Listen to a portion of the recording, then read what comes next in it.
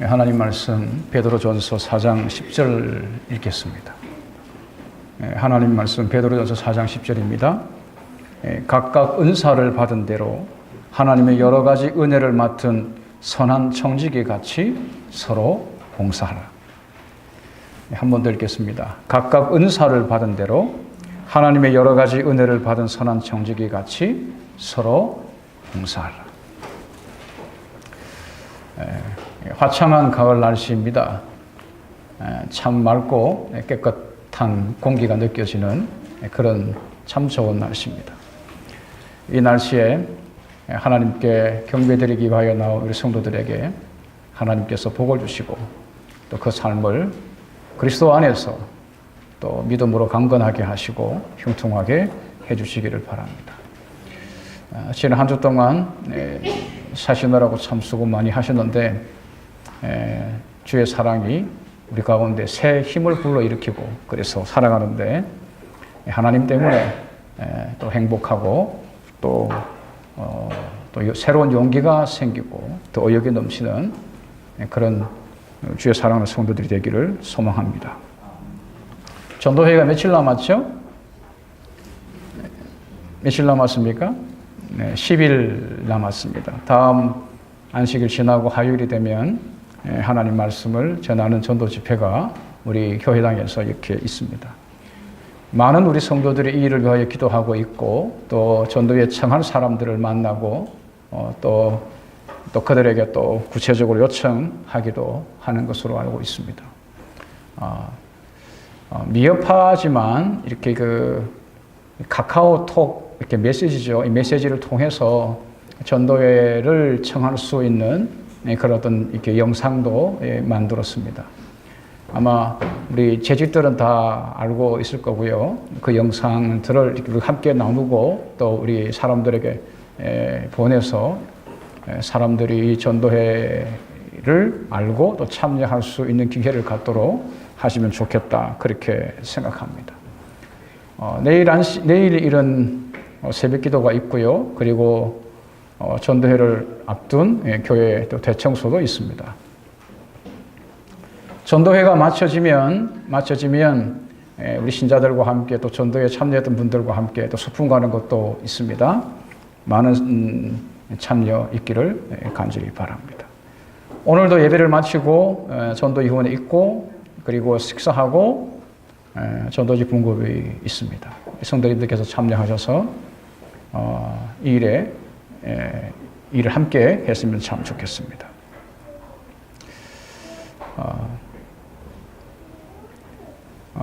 강점으로 일하라라고 하는 그런 어떤 책이 한 2002년도에 발간된 적이 있습니다. 저는 목사이다 보니까 아무래도 다른 책들보다는 목사가 발간한 책을 더 이렇게 먼저 접하게 됩니다. 그 제목이 강점으로 일하라 하는 것이었습니다. 저도 이렇게 살아보니까 마음은 모든 일에 다 능하고 싶더라고요. 설교도 잘하고 싶고 사람들과 사귀는 것도 참 잘 사귀었으면 좋겠고 또 뭐 운동도 잘했으면 좋겠고 가르치는 것도 잘했으면 좋겠고 추진력도 있었으면 좋겠고 조직력도 있었으면 좋겠고 못하는 것 없이 다 내가 할 수 있으면 참 좋겠더라고요. 근데 시간이 지나면서 보니까 제가 이렇게 좀 뭐 게을러서 그런 면도 없지 않아 있겠지만은 다 할 수 있는 게 아니다라는 생각이 들어서 어느 날부터 제 마음에 들었던 게 내가 제일 잘하는 게 뭐지? 그거 집중해야겠다. 그렇게 생각해 본 적이 있습니다. 말하자면 그런 것이죠. 각 사람에게는 강점이 있고 약점이 있습니다. 상대적으로 다른 사람과 비교했을 때 그 사람보다 더 나은 자질 혹은 역량 그런 또 소질 그런 것들이 있죠. 못한 것도 있겠고요. 어느 통계회사에서 1000명의 직장인을 대상으로 해서 설문조사한 결과가 있는데 그 결과에 의하면 그 설문 질문이 이겁니다. 당신은 성공적인 직장인이 되기 위해 약점을 보강하십니까? 아니면 강점을 개발하십니까? 아주 단순한 질문인데 답을 다 사람들이 했을 거 아니에요? 근데 대부분의 CEO들, 그러니까 회사의 간부들이나 어떤 대표들은 어디에 더 집중해서 자신을 개발했을까요? 강점일까요? 약점일까요? 네, 강점이에요. 그러면 늘 이렇게 진급이 좀 잘 안 되고 대체적으로 그런 것입니다. 이렇게 늘 이래 하급이라고 해야 되나요? 뭐 세상이 그렇게 하니까 어쨌든 그런 사람들은 주로 어디에 매달릴까요? 약점에 매달린다는 거예요. 스스로 자기가 생각할 때 내가 약점을 개발하면 내가 더 잘 될 거라고 생각을 한다는 것이죠. 근데 오히려 가만히 들여다보면 사람들은 약점을 개발하는 데 들인 시간보다 오히려 강점을 개발하는 데 시간을 그만큼 들이면 훨씬 더 그가 그 자리에서 능력을 인정받는 사람으로 자랄 수 있다는 것입니다. 물론 강점은 강점대로 더욱 돋보이고 그 약점도 어느 정도 우리가 이렇게 극복할 수 있다면 더없이 좋겠죠, 그죠?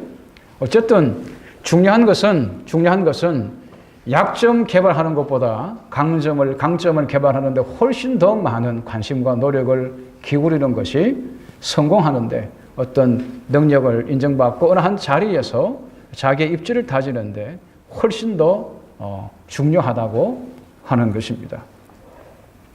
저와 여러분이 하나님을 섬기는 데 있어서도 강점과 약점이 있습니다.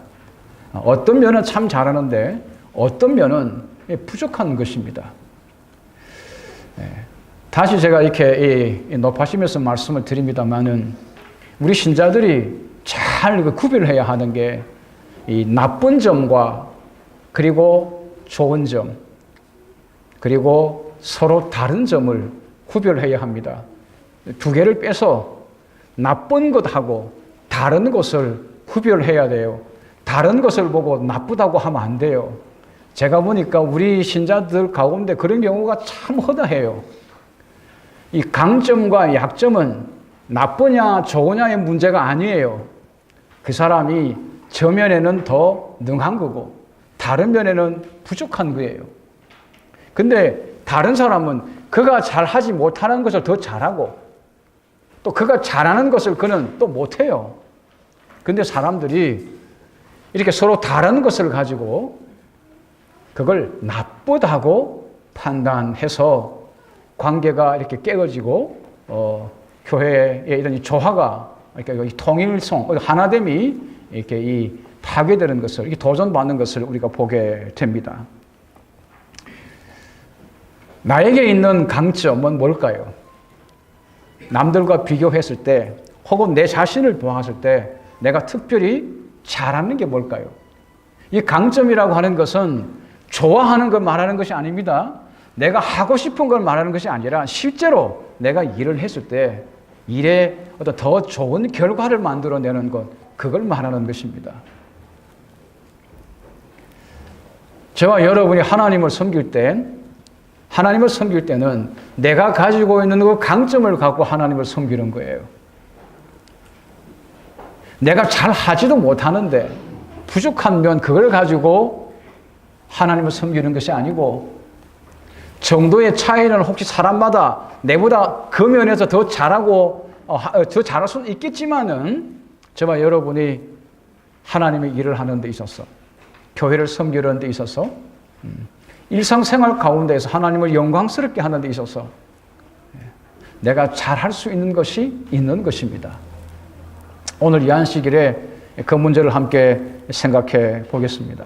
그리고 나서 오늘 그 주보에 이렇게 받으신 거 있죠? 나의 은사 테스트가 있는데 그것을 좀 체크하셔서 내주시면 감사하겠습니다. 제가 제만이 볼 거고요.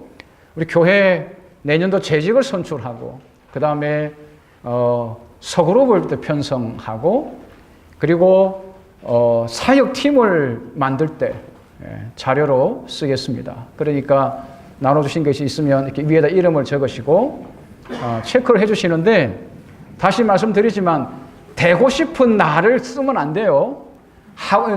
내가 되기를 원하는 내 모습을 체크하면 안 되고 지금 내 모습을 이렇게 체크를 하셔서 내주시면 감사하겠습니다. 그리고 혹시 이거는 혹시 내 신상 정보와 관련된 것이다라고 해서 되게 예민하게 생각할 분이 있을까 말씀을 드리는데,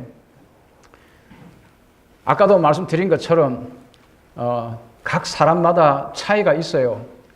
저도 이미 한 3년 가까이 겪어봐서 알잖아요. 저 목사는 어떤 건 괜찮은데 어떤 건 좀 별로야 라고 느껴지는 게 있지 않습니까? 그죠? 다 알잖아요. 굳이 뭐 제 입으로 말씀 안 드려도 알지 않습니까? 그러니까 근데 그게 제가 그런 것처럼 우리 신자들이 다 그래요. 그거는 결점 혹은 이 악한 게 아니기 때문에 괜찮아요.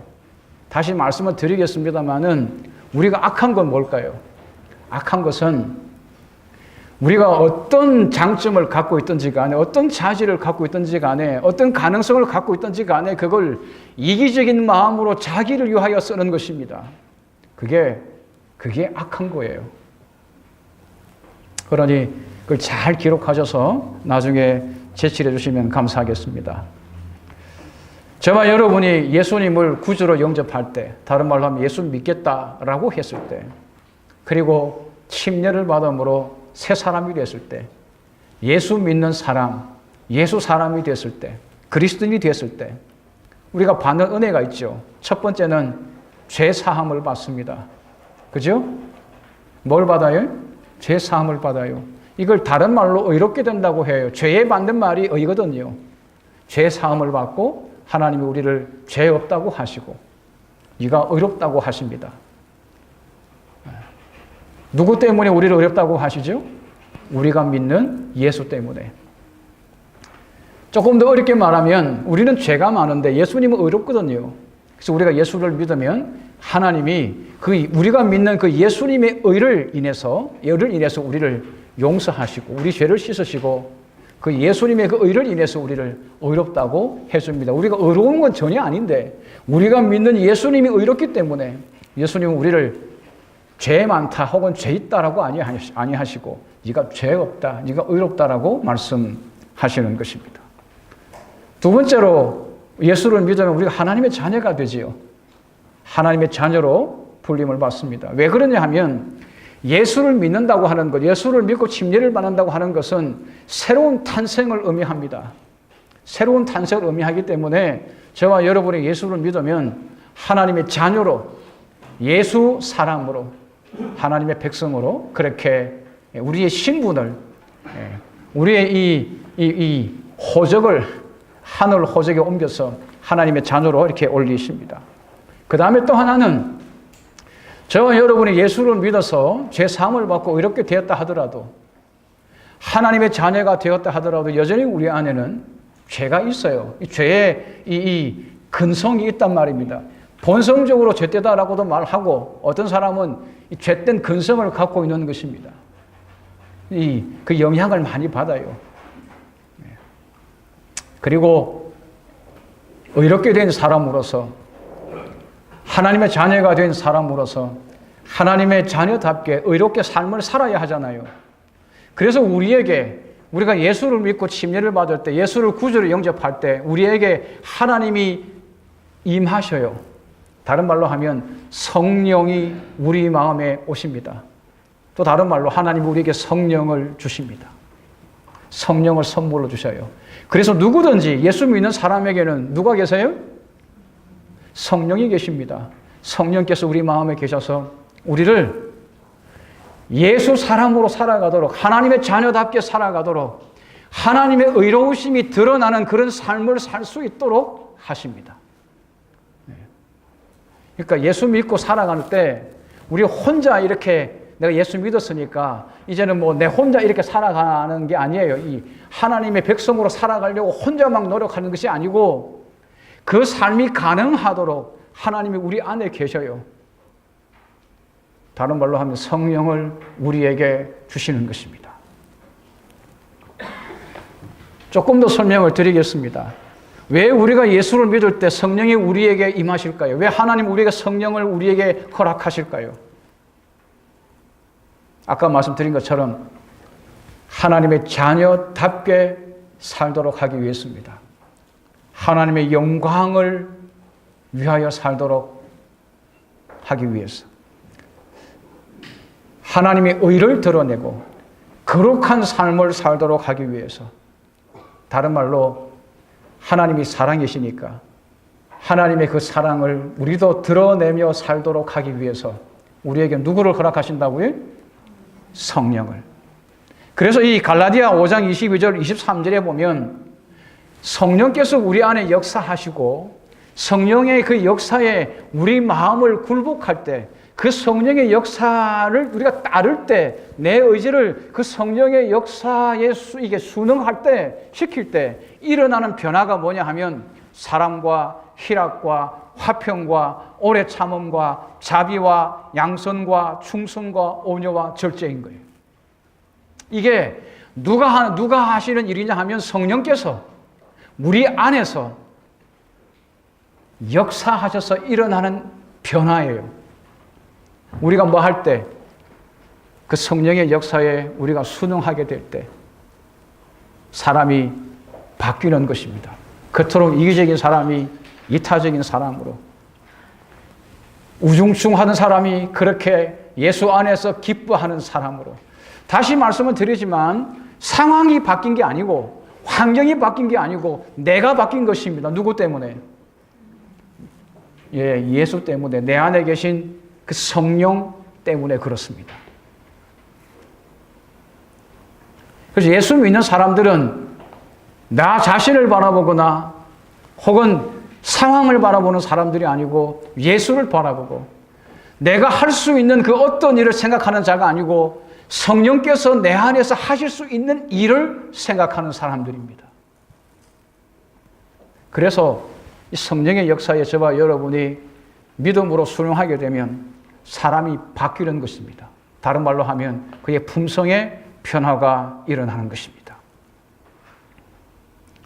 이와 같은 구체적인 내용은 다음에 기회가 있을 때 말씀드리기로 하고요. 어쨌든 왜 하나님이 우리에게 예수를 믿을 때, 예수를 구주로 경영접할 때 성령을 주시는가? 예수 사람으로, 예수 닮은 사람으로 살 수 있도록 하기 위해서 그렇습니다.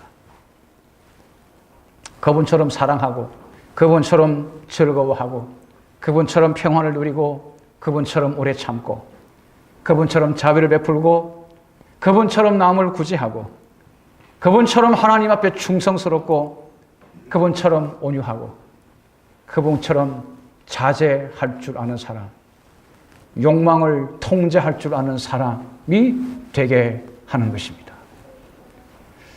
지난 안식일에 태풍이 왔잖아요. 저는 두 마음이 있어서, 하나는 아이고 이 태풍이 오는데 우리 신자들이 안 와야 될 건데, 이 생각도 있었어요. 혹시 나오다가 무슨 일이 생기면 제가 힘들어지잖아요. 무슨 일이 안 생기기를 바라서 그렇고요. 그럼에도 불구하고 교회 왔으면 참 좋겠다, 이런 생각도 있었어요. 근데 61명이 왔어요. 어떤 교회, 부산의 어떤 교회 신자는 이렇게, 그 교회의 어떤 이 집사님이 저한테 그러더라고요. 우리 교인들은 그 태풍이 그리 부는데 어디 갈 데가 없는지 다 왔대요, 이렇게 하더라고요. 뭐 수가 많지는 않습니다만은. 그래서 이제 어떤 사람이 했던 말을 저한테 들려주었어요. 그분이 자기 이 아버지로부터 이렇게 신앙 이 교육을 받았는데, 그분이 그랬대요. 눈이 오나 비가 오나 태풍이 부나 천재지변이 나도 교회는 꼭 가야 된다, 그렇게 가르쳤대요. 그러면서 그러다가 죽으면 그게 순교다. 뭐 전적으로 동의하기는 어렵습니다만은 어쨌든 이 충성스러운 것입니다. 이것도 다 뭐예요? 뭐죠? 성령께서 우리 안에서 일으키시는 이 놀라운 능력입니다. 두 번째, 왜 이 성령이 우리에게 주어지느냐 하면, 한마디로 말하면 봉사의 삶을 살 수 있게 하기 위해서입니다. 예수님이 오셔서 말씀만 보고 기도만 하신 게 아니잖아요. 그분이 말씀만 가르친 게 아니잖아요. 그분이 구체적으로 사람들을 돌보고 봉사하시지 않습니까? 그렇죠? 그걸 위해서, 더 다른 말로 하면 이 품성은 이 사역을 통해서 드러납니다. 혼자 있을 때 착하지 않은 사람이 아무도 없어요. 건들지 않으면 안 착한 사람이 아무도 없어요. 그래요, 안 그래요? 내 건들지 마라. 나 안 건들면 착해. 안 건들면 다 착해요. 근데 저와 여러분의 이 품성이 어디서 드러나냐 하면 실제 봉사의 삶을 통해서 드러납니다. 얼마나 그가 충성스러운지, 얼마나 그가 온유한지, 그가 얼마나 자기 통제할 수 있는 사람인지, 그가 얼마나 사랑이 많고 그가 얼마나 즐겁게 일하는 사람인지, 그가 얼마나 화평한 사람인지, 그가 얼마나 오래 참는 사람인지, 그가 얼마나 자비롭고 선을 베풀 줄 아는 사람인지. 뭘 통해서 드러나요? 구체적인 봉사를 통하여 드러나는 것입니다. 그렇기 때문에 저와 여러분이 이 일이 가능하도록 하기 위하여 하나님 우리에게 선물로 주신 분이 성령, 하나님 자신이고 우리 안에 계시면서 하나님의 선한 뜻을 이루기를 원하십니다. 우리에게는 타고난 재능들이 있습니다. 그게 다 각 사람마다 다를 수 있고요. 또 그 양에 있어서도 차이가 있을 수도 있을 것입니다. 어쨌든 타고난 재능이 있고요. 그 다음에 살아가면서 습득한 또 환경과 여러 조건에 의해서 이렇게 만들어진 독특한 기술들도 있을 것입니다. 그리고 특별한 은사도 있습니다. 재능이든 기술이든 은사든 이게 무엇이든지 간에 다 하나님을 영광스럽게 하는 이 봉사를 위하여 이 봉사를 위하여 하나님이 우리에게 주신 특별한 선물들입니다. 단순하게 먹고 살기 위한 어떤 하나의 방편이나 그런 기술적 요소로서 우리에게 주신 것이 아니고 하나님의 뜻을 이루고 그분의 선하심을 나타내도록 하기 위하여 하나님 우리에게 재능과 기술과 은사를 주셨습니다. 은사에 대하여 특별히 좀 말씀을 드리려고 하는데 그 전에 교회와 우리의 관계를 잠깐 생각해 보겠습니다. 에베소 1장 22절 23절에 보면 교회의 머리는 그리스도이시고 교회는 그리스도의 몸이라고 했습니다. 교회는 그리스도의 몸이고 그리스도는 교회의 머리이고요. 그리고 교회를 구성하고 있는 각 신자들 우리는 몸에 있는 지체라고 말했습니다. 지체죠. 지체가 여러 가지잖아요. 손도 있고 발도 있고요. 눈도 있고 귀도 있고 코도 있고 입도 있습니다. 그래요, 안 그래요? 그렇죠. 그 다음에 이것들은 다 눈에 보이는 것이지만 어떤 것들은 눈에 보이지 않아요. 내장들이죠. 보이지 않아요. 그죠? 창자든 위든 폐, 심장 이런 건 보이지 않아요. 저와 여러분들은 다 교회의 뭐라고요? 지체예요. 교회는 뭐고요? 그리스도의 몸이고요. 교회의 머리는 누구고요? 예수 그리스도이십니다. 그러므로 예수께서 죽으시고 부활하심으로 이 땅에 교회를 세우셨다라고 하는 말은 저와 여러분들을 예수를 믿음으로 구원 얻게 하셔서 교회를 구성하게 하신 것입니다. 다시 말씀드리지만 교회는 건물이 아닙니다. 건물은 교회당입니다. 교회는 예수 믿는 저와 여러분들이 모여서 예수 이름으로 모여서 그분께 경배 드리는 우리들입니다. 세상에서 하나님의 불러냄을 받아서 예수 믿는 우리들이 교회입니다. 교회가 없어진다고 하는 말은 저와 여러분이 여기 없는 것입니다. 그러면 교회가 없어지는 것이죠. 저와 여러분은 없는데 뭐는 있을 수 있어요? 교회당은 있을 수 있습니다. 오늘날 유럽에 가면 교회가 없습니다. 근데 뭐는 있습니까? 오래된 몇백 년 묵은 교회당은 있는 것입니다. 교회가 아닌 것이죠.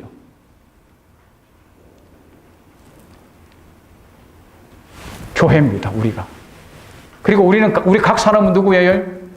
교회가 몸이라고 했으니, 그리스도의 몸이라고 했으니 우리는 그리스도의 몸, 그 몸에 붙어 있는, 그 몸을 구성하고 있는 각 뭐죠? 지체들이에요. 그 가운데 어떤 사람은 입에 해당할 수도 있고, 그 가운데 어떤 사람은 손에 해당할 수 있겠죠. 그 어떤 사람이 입이라면 그는 훨씬 더 말을 잘할 것이고 잘 가르칠 것이고 그렇겠죠. 어떤 사람이 손이라면 어떨까요? 그는 말은 잘 못하지만 그는 부지런히 섬길 것입니다.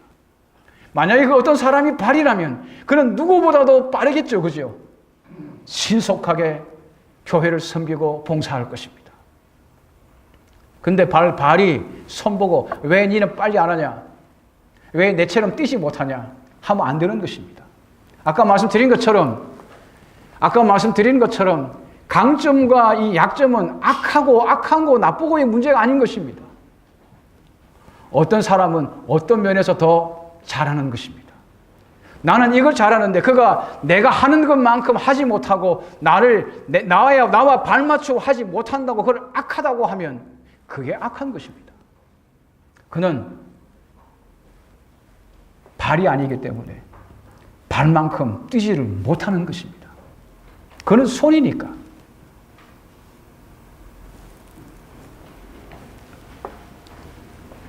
저와 여러분은 그리스도의 몸인 교회 안에서 각 지체를 이루고 있고, 그리고 머리이신 그리스도의 뜻을 받들어 교회를 섬기고 하나님의 영광을 나타내는 자들입니다. 교회가 존재하는 이유를 예수님은 산상보훈에서 두 가지로 설명합니다. 하나는 너희는 세상의 빛이다, 그렇게 말해요. 너희는 세상의 빛이라고 할 때 이 너희가 교회거든요. 교회는 세상의 빛이에요. 세상의 빛이라고 하는 말은 무슨 말이냐 하면, 빛을 보고 나비들이 찾아오고 길 잃은 사람들이 그 빛을 보고 길을 찾는 것처럼 이 교회를 세상의 빛이라고 할 때 그것은 예수를 닮은 품성을 의미하는 것입니다. 저 교회 가면 빛이 나. 저 교회에 생명이 있어. 예수가 계셔. 예수의 사랑이 있어. 그리고 오는 것입니다. 찾아오는 교회죠. 어느 교회를 찾아갈까요? 건물도 물론 좋아야 합니다. 요새는 사람들이요, 어느 정도의 외형을 갖추어야 합니다. 왜 그러죠? 모두가 다 신령한 눈을 갖고 신령하게 보지 않습니다. 일단은 보이는 걸 갖고 판단하게 되죠. 그래서 예수 믿는 사람들의 교회는 어느 정도는 단정해야 합니다. 옷도 나름 깨끗해야 되고요. 고급지고 비싼 옷을 입으라는 것이 아니고 단정해야 합니다. 깨끗해야 됩니다. 찾아오게 해야 합니다. 뭘 보고 찾아온다고요? 예수 닮은 품성 보고. 많은 사람들이 교회를 떠난다면 왜 그럴까요? 아이고, 예수 믿는다고 하는 사람들이 그 모양이야. 그래서 가잖아요. 왜 많은 사람들이 그 교회로 갈까요? 제가 듣기로 오늘 현대인들이 예수는 좋대요. 근데 목사와 신자는 싫대요. 네. 하나님 말씀은 좋대요. 성경은 좋대요. 네. 근데 교회는 싫대요. 사람들이 싫다고 하는 것입니다. 우리 교회가 찾아오는 교회가 되기를 소망합니다. 또 하나는 소금이죠. 세상의 소금입니다. 이건 찾아가는 교회입니다. 봉사하는 것입니다. 다른 말로 하면 사역하는 것입니다. 성령께서 우리 안에서 하시는 일이 하나님의 품성을 건설하는 것입니다. 성령께서 우리를 통해서 우리 밖에서 하시는 일이 예수께서 하신 사역을 행하게 하는 것입니다. 그러므로 성령을 통해 예수 닮고 성령의 이 역사를 따라 예수 닮은 품성을 세상에서 여러 사역으로 봉사를 통해 펼치는 것입니다. 서로 펼치고 바깥에서 펼치는 것입니다. 한번 여쭤보겠습니다. 나는 하나님을 섬기는데, 봉사하는데 어떤 강점이 있을지, 어떤 의사가 있지? 한번 좀 생각해 보신 적이 있으신가요? 아까 말씀드린 것처럼 이게 잘하는 것일 수도 있고요. 좋아하는 것일 수도 있습니다. 혹시 카리스마라고 들어보셨습니까? 하면 좀 대단히 좀 그냥 가벼운 이야기니까 심각하게 생각하시면 제가 카리스마가 있어요? 네, 없는 것 같아요. 저 있습니다, 카리스마. 여기 은사라고 번역이 된 이 헬라어가 카리스마입니다. 로마서 12장 4절부터 8절에 보면 우리가 한 몸에 많은 지체를 가졌으나 여기 몸교회라고 했잖아요. 지체가 저와 여러분 각 사람입니다. 모든 지체가 같은 기능을 가진 것이 아니죠. 손이 하는 일이 있고 발이 하는 일이 있죠. 눈이 하는 일이 있고요. 이와 같이 우리 많은 사람이 그리스도 안에서 한 몸이 되어 서로 지체가 되었는지라 우리에게 주신 은혜대로 받은 은사가 각각 다르다. 우리에게 주신 은혜대로 받은 은사가 각각 다르다. 이 은사는 하나님의 은혜대로 주시는 것입니다. 다른 말로 하면 하나님이 우리에게 그분이 우리를 사랑해서 알아서 주시는 것입니다. 그게 각각 달라요.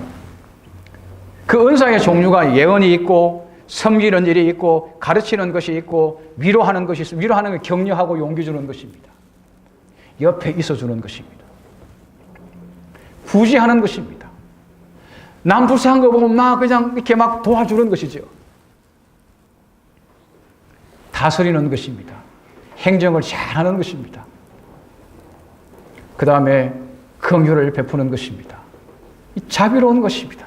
이 잘 우는 것입니다. 남이 아프면 괜히 자기도 아픈 것입니다. 눈물이 많습니다. 그리고 어떻게 하면 그 사람을 도와줄 거를 생각하는 것입니다. 고린도서 12장 4절부터 11절에 보면 여러 이 은사가 또 있는데 지혜가 있고 지식이 있고 믿음도 은사입니다. 믿음도 뭐라고요? 은사입니다. 은사고 병 고치는 것도 은사고요. 능력 행하는 것도 은사입니다. 영을 분별하는 것도 은사고 각종 방언, 여기서 말하는 각종 방언이잖아요. 외국어입니다. 외국어를 여러 가지로 잘하는 것도 은사인 것입니다. 그리고 그것을 통역하는 것도 은사인 것입니다. 이 은사는 여러 가지인데 성령은 같습니다. 한 성령이 각 지체, 교회를 구성하고 있는 각 지체인 신자들에게 뭘 줘요? 은사를 줘요. 각각 달라요. 그래서 이 교회 안에는 손처럼 봉사 잘하는 사람이 있고 발처럼 무슨 일이 있으면 순종, 누구보다 열심히 먼저 달려오는 사람이 있고 어떤 사람은 잘 가르치고 성경에 보면 자매인 마리아와 마르다 중에 마르다가 있는데 은사가 달라요. 마르다에게 주어진 은사는 섬기고 봉사하고 밥하고 하는 이런 은사입니다. 근데 마리아가 갖고 있는 은사는 뭔지 아세요? 말씀 듣고 그걸 남들에게 가르치고 전하는 것입니다. 근데 어느 날 마르다가 좀 화가 났어요. 왜요? 집에 예수님과 예수님이 오셨는데 자기는 지금 뭐 하고 있어요? 밥하고 있는데 지금 마리아는 뭐 하고 있어요? 예수님 무릎 앞에 앉아갖고 예수님하고 대화하고 있으니까 속이 뒤집어지는 거예요. 누구는 뭐 어디 처음부터 뭐 이렇게 그게 뭐라 합니까? 뭐 종으로 태어났나? 왜 내만 밥해야 되냐고. 그래서 예수님께 묻습니다. 예수님 저 마리아 저 보고 빨리 와서 내 좀 도와주라 하라고. 예수님이 뭐라고 말씀하실게요? 예? 놔두라 지 좋아서 하는 일인데 자기가 좋아서 하는 일을 하게 내비둬. 니도 나 좋아서 하는 거잖아. 마리아도 좋아서 내 앞에 있는 거야.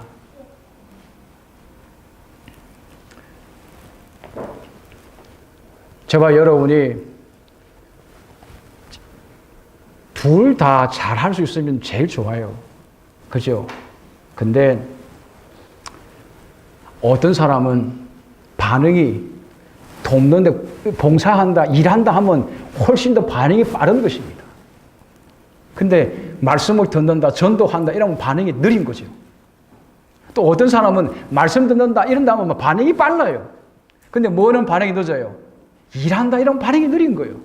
근데 그걸 보고 우리는 뭐 하다고? 서로를 향하여 게으르다, 악하다 하면 안 되는 것입니다. 각 사람이 가지고 있는 은사를 존중하고 그리고 그것을 잘 활용해서 한 몸이니까 그 몸에 붙어있는 지체들은 다르지만 역할들은 다 다르지만 그 몸에 붙어서 한 몸을 이루고 있잖아요. 그리스도의 명령을 따라서 그 뜻을 받들고 있잖아요. 그것이 교회인 것입니다. 은사와 직분과 사역이 한 라인이고 성령과 주와 하나님이 한 라인입니다. 은사는 사역과 직분 수행을 위하여 주시는 것입니다. 직분이란 장로, 집사 이런 게 직분입니다. 선교회장 이런 것들은 직임이고요. 목사, 장로, 집사는 뭐라고요? 직분이고요. 선교회장 그다음에 뭡니까? 이렇게 뭐 도로회장 이건 뭐예요? 직임이고요. 임무를 부여받은 거야. 구체적인 일을 부여받은 거예요. 이 직분을 행사하도록 하기 위하여 주시는 게 뭐예요? 그게 은사예요. 사역을 행하는 것입니다. 그 사역을 행하기 위하여 주어지는 게 뭐죠? 사역이란 봉사입니다. 섬기고 봉사하는 거예요. 그게 은사입니다. 우리에게는 다 있어요.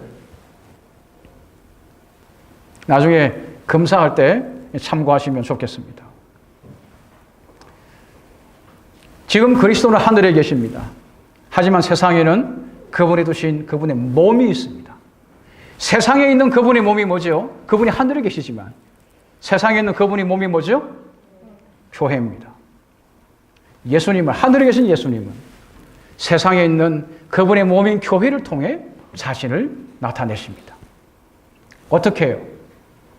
각 신자들에게 뭘 주셔서? 은사를 주셔서. 이 은사는 그 뜻대로 각 사람에게 주어집니다. 그분이 우리를 보고 타고난 성향을 보고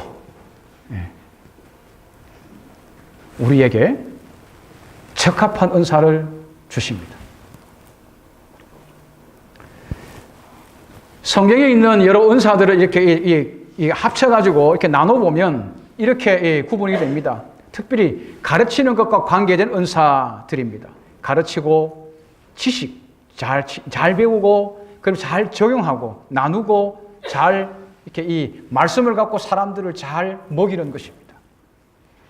그다음에 또 하나는 지원적인 은사 꾸러미입니다. 도와주고. 제가 알고 있는 어떤 한 장로가 있는데 젊은 장로입니다. 그는 늘 그래요, 저한테. 목사님, 저는 2인자로 타고난 것 같아요. 그래요. 뭐로 타고났다고요? 자기는 앞에 나서 하는 건 너무너무 싫대요. 그거 못하겠대요. 근데 그 사람 뭐 하는 건 좋다고요? 도와주는 거는 타고났대요. 너무 좋대요. 그런 사람이 있습니다. 자비를 베풀고 권위, 아까 말씀드린 것처럼 이렇게 위로하는 것입니다. 대접하고 구제하는 것입니다. 리더십에 속하는 은사들이 있어요. 지도력과 행정하고 믿는 것입니다. 전도의 은사가 있습니다. 전도하고 개척하고 방언하고 그리고 통역하는 것입니다. 다시 말씀드리지만 여기서 방언은 알아듣지 못하는 것이 아닙니다. 복음을 전하는 유용한 수단인 겁니다. 오늘날 지금은 많이 사라졌습니다만은 흔히 일반 교회에서 이렇게 방언이라고 하는 것은 전도와 아무 상관이 없습니다. 혼자 하나님하고 대화한다고 하는 것입니다. 교회에 아무 유익이 되지 않습니다. 자기에게는 좋을지 모르지만 복음에 아무 도움이 되지 않습니다. 여기서 말하는 그러므로 방언은 뭐예요? 복음을 전할 때 유용하게 사용되는 은사인 것입니다. 외국인을 만났습니다. 복음을 전해야 합니다. 나에게 복음을 전해야 하는데 언어가 다른 것입니다. 그때 누가 역사하십니까? 성령께서. 물론 저와 여러분이 평상시에도 제2 외국어를 이렇게 할 수 있는 그런 훈련이 있다면 더 말할 나위 없이 좋고요. 능력의 은사입니다. 예언하고 능력, 행하고 영도를 분별하는 것이죠. 병 고치는 것입니다. 예언이란 앞날을 내다보는 것입니다. 상당한 통찰력이 있는 것입니다. 통찰력이 있죠. 역사적 안목이 있는 것입니다. 모든 신자는 한 가지 이상의 은사가 있습니다. 하지만 모든 은사를 다 가진 신자는 없습니다. 한 가지씩의 은사는 다 있습니다. 하지만 모든 은사를 다 가진 신자는 없습니다. 그러므로 내가 어떤 면에서 어떤 은사가 없다고 해서 불평할 필요가 없습니다. 중요한 것은 갖고 있는 은사를 뭐 하는 거예요? 예? 사용하는 것입니다. 이 은사는 교회의 유익을 위하여 주어진 것입니다. 내 개인의 영달을 위하여 주어진 게 아닙니다. 내 명예를 높이고 어떤 내가 더 많은 이익을 얻도록 하기 위하여 하나님이 이 은사를 주신 게 아닙니다. 뭘 위하여 주셨다고요? 교회를 위해서. 교회를 세우기 위하여. 교회가 복음을 전하는데 합당한 역할을 하도록 하기 위하여 각 사람들에게 하나님이 성령을 통해 은사를 주신 것입니다. 그러므로 이 은사가, 이 성령께서 우리 안에 충만히 역사하며 역사할수록 우리는 예수를 닮는 품성을 드러낼 것이고 우리가 행하는 봉사를 통해 비록 지금은 하늘에 계시지만 그분이 우리 안에서 실제로 행하신 그 일들을 우리가 증거하게 될 것이고 그리고 세상은 우리를 통해 하나님을 보게 될 것입니다. 이게 은사의 목적입니다. 봉사를 할 때 봉사를 왜 해야 되죠? 왜 교회 안에서 숱한 봉사가 있잖아요. 집 사러서 뭐 식당 봉사도 해야 되고요. 시무 봉사도 해야 되고요. 전도 봉사도 해야 되고요. 혹은 가정에서 그리스도인으로서 해야 할 여러 봉사들이 있습니다. 그걸 왜 하는 것입니까? 교회를 세우는데 하나님의 뜻을 세우는데 하나님이 우리에게 주신 선물인 것입니다. 아까 말씀드린 것처럼 저와 여러분이 어떤 은사를 얼마나 많이 가지고 있느냐는 중요하지 않습니다. 그거는 그분이 뜻대로 은혜를 따라 주시는 것이기 때문에 우리가 그걸 갖고 이렇게 하나님을 향하여 시비를 걸거나 할 수는 없습니다. 물론 그럴 수 있겠죠. 하나님, 내가 좀 더 많은 은사가 있었으면 좋겠어요. 왜 나한테 하나밖에 안 줘요? 달란트의 비유에 보면 그 비유에서 누구에게는 5달란트 주고 누구에게는 2달란트 주잖아요. 누구에게는 1달란트 주잖아요. 하나님, 나한테 달란트를 좀 많이 줬으면 내가 더 잘할 건데 왜 나한테 하나밖에 안 줘? 기분 나빠요. 그래, 일 안 할래요. 그래서 묻혀줬잖아요. 그가 주인한테 혼났잖아요.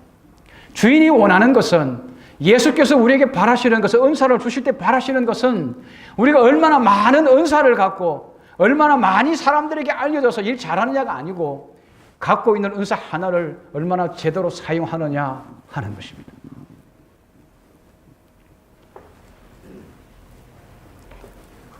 은사와 관련하여 실물교훈에 이런 말씀이 있습니다. 사용하지 않는 능력은 약해지고 쇠퇴해버린다. 이거는 일반적인 법칙입니다. 활동은 삶의 법칙이고 게으름은 죽음을 의미한다. 사람이 자기의 재능을 다른 사람을 복되게 하기 위하여 사용할 때 그것은 증거한다. 여러분, 달란트, 은사를 넓히는 방법입니다. 달란트의 비유에서 사용한 5달란트를 갖고 있는 사람이 사용했을 때 주인이 어떻게 해서 나중에 계산할 때 그 5달란트를 더 줬잖아요. 달란트가 증거하는 것입니다. 마찬가지입니다. 다른 사람을 복되게 하기 위하여 사용될 때 은사가 증거하는 것입니다. 갈고 닦지 않으면 아무리 좋은 재능을 갖고 있고 소질이 있어도 다 없어지는 것입니다. 이 재능을 오로지 자기 자신만의 이익을 위하여 사용될 때 그것은 점점 쇠퇴해지고 마침내 거두어지고 만다. 그가 받은 것을 다른 사람에게 나누어 주지 않는 사람은 마침내 나누어 줄 것이 없게 될 것이다. 이러한 사람은 확실히 자기의 재능을 쇠약하게 만들고 마침내는 그것을 파괴해버리는 과정을 걷는 데 동의하는 것이다. 그러므로 여러분, 아무리 작고 사소해 보여도 그것을 즐겨 주님과 교회를 위하여 사용하는데 내놓으시는 그런 우리가 되기를 간절히 소망합니다. 그리고 마지막으로 더 좋은 은사를 사모하며 기도해야 합니다. 더 좋은 은사가 뭘까요? 고린도서 12장 31절이 마지막입니다. 더 좋은 은사를 사모하라고 말합니다. 그리고 13장에 가면 사랑은 이라고 말합니다. 네가 사람의 방언이 뭐죠? 방언이 은사잖아요. 은사잖아요. 천사의 말 은사잖아요. 위로하고 격려하는 것입니다. 은사잖아요. 그런데 뭐가 없으면? 사랑이 없으면. 사랑이 말입니다. 사랑 없이도 사람 곁에 친구 되줄 수 있고요. 사랑 없이도 방언할 수 있어요. 외국어 잘할 수 있어요. 근데 사랑이 없으면 뭐예요? 소리 나는 구리와 울리는 꽹과리가 된다. 예언하는 은사가 있어요. 지식이 있어요. 성경을 누구보다도 잘 알아요. 산을 옮길 만한 믿음이 있어요. 그래도 뭐가 없으면? 사랑이 없으면 아무것도 아니에요. 구제해요. 구제해도 뭐 없이 할 수 있어요? 사랑 없이 할 수 있어요. 저기 국회의원 출마하기 위하여 구제하는 사람도 있어요. 몸을 불사르게 내줄지라도 어느 조직을 위하여 자기 몸을 던져요. 뭐 없이 할 수 있어요? 사랑 없이 할 수 있어요. 직장 다니는데 사랑 없이 직장 다닐 수 있어요. 맡은 직무 사랑 없이 할 수 있어요. 그러나 사랑이 없으면 아무 유익이 없어요. 그러므로 여러분, 모든 은사는 무엇으로 사용해야 해요? 사랑으로. 저와 여러분이 아무리 구제를 잘하고 아무리 성경을 가르쳐도 모든 어떤 면에 뛰어난 면이 있다 할지라도 사랑이 없으면 그 구제가 헛되고 그 가르침이 헛되고. 갈라디아 5장 13절에 있는 말씀입니다. 이걸 읽고 마치겠습니다. 같이 읽습니다. 시작. 형제들아, 너희가 자유를 위하여 부르심을 입었으나 그러나 그 자유로 육체의 기회를 삼지 말고 오직 사랑으로 서로 종로로 타라. 저와 여러분이 자유를 위하여 부르심을 입었습니다. 하지만 그 자유로 육체의 기회, 정욕 채우는데, 자신의 이 영달을 위한데, 아내를 위한데 사용하지 말고 사랑으로 서로 종로로 타라. 이상하죠? 자유함을 입었는데 종로로 타래요. 종로로 탄다는 말이 다시 속박되는 거잖아요. 근데 뭐로 하라고요? 죄로부터 우리가 자유를 얻었습니다. 죄로부터 자유를 얻었습니다. 예수의 사랑으로. 그리고 우리는 그 사랑에 속박되는 것입니다. 스스로 내 목을 예수께 내놓고 하나님 당신의 사랑으로 나를 사랑 안에 가둬주세요. 사랑 안에 영원히 머물게 해주세요. 당신의 사랑을 나타내며 살게 해주세요. 그렇게 기도하는 것입니다. 저와 여러분이 내년에 재직을 뽑게 되고 또 소그룹을 편성하게 되고 또 여러 사역을 위한 부르심이 있게 될 텐데, 그걸 위한 하나의 어떤 근거 자료를 두기 위하여 나눠드린 것 아까 말씀드렸죠? 잘 작성해서 좀 주시면 좋겠고, 그리고 그것을 근거로 해서 우리 모두가 다 하나님 앞에 주신 은사를 가지고 잘 섬기고 봉사함으로 교회가 유익을 얻고 하나님의 선한 뜻을 이루게 되기를 간절히 소망합니다.